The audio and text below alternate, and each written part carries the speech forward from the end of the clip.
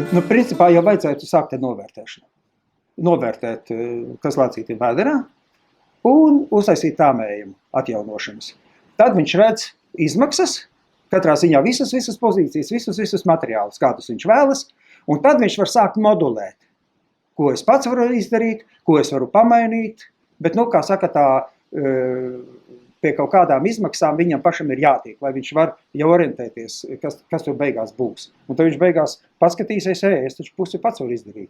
Mēs taču pusi varam bērnam izdarīt, vai ar radiem.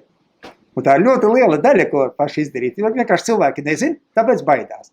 Līdz ko tu zini, tu vairs nebaidies. Kāpēc, saka, kāzās ir jādāvina koki vai ābeļkoki, ja, teiksim, atnāk uz kāzām, uzdāvina ābelīti, kuru arī turpat iestāda. Un tas ābeļdārs automātiski kļūst arī pa tavējo, jo tas ir tavs koks, tas piesaista. Un jebkurš darbs, kas ir ielikts iekšā, un, piemēram, kur bērni strādājuši vai ko, viņš to atcerās, viņš pieies pie tā. Mums bija gadījums, ka mums tur dzimtenē tiltu taisīja, un mēs bijām mazi bērni.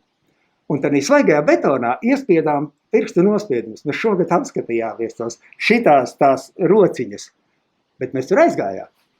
Un tas ir tas pats, kas pie mājām. Līdz ko tu esi tur ielicis savu laiku, jo faktiski dzīve tas ir laiks un enerģija. Dzīve ir laiks un enerģija. Un līdz ko tu esi tur ielicis to savu laiku, tas ir tavs.